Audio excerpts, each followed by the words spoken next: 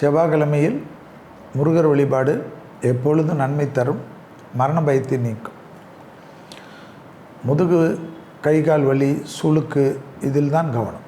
ஏற்றமும் அனுகூலம் நிச்சயமாக காணப்படும். தாய் வழி உறவு, தந்தை வழி உறவுடன் வாக்குவாதம் வேண்டாம். எதிர்பார்த்த நல்ல விஷயங்கள் ஒன்றன் பின் ஒன்றாக நடப்பதற்குண்டான சாத்தியக்கூறுகள். ஆடி மாதம் வந்தாலும் விரயங்கள் அதிகமாக இருக்கக்கூடிய மாதம், நல்லது நடக்கக்கூடிய மாதம். எடுத்த காரியத்தில் டக்கு டக்குன்று நல்லது நடக்கும். இழுபறியாக இருந்த பிரச்சனைகள் படிப்படியாக தீரும். தொழில் ரீதியாக காணப்பட்ட இந்த சிக்கல்கள் தீர்வது கண்கூடாக பார்க்கலாம். பழைய கடன்கள் பைசல் செய்வதற்குண்டான உங்கள் முயற்சி வெற்றி திருவினையாக்கும். குருவின் அபிரிதமான பார்வை சுபகாரியத்தில் இந்த சிக்கலை தீர்க்கும். குடும்பத்தில் அந்யோன்ய குறைபாடுகள் நீங்கும். பெற்றோர் பெரியோருடன் உங்களுக்கும் இருந்த மனத்தாங்கள் தீரும். லாபமும் சந்தோஷமும் அனுகூலமும் காணப்படும். எடுத்த காரியங்களில் ஜெயம் ஏற்படும். இழுபறியாக இருந்த நிலைமைகள் படிப்படியாக மாறும்.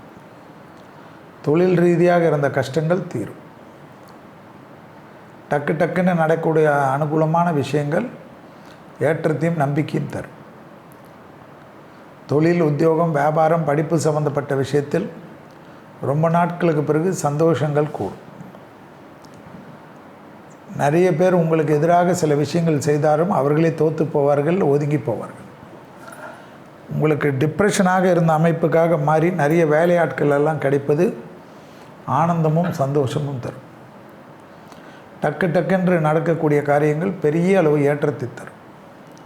வியாபாரத்தில் இருந்த பாதிப்புகள் பரிபூர்ண நிவர்த்தி ஏற்படும். உத்தியோகத்தில் நீண்ட நாட்களாக இருந்த சிக்கல் தீர்வது செல்வாக்கை ஏற்படுத்தி தரும்.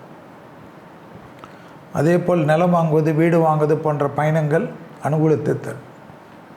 விவசாய நிலங்கள், ட்ரஸ்ட்டு போன்ற விஷயத்தில் இருந்த தடைகள் நிவர்த்தி ஏற்படும். தெய்வ காரியங்கள், முதலீடுகள் அனுகூலத்தை பெறும்.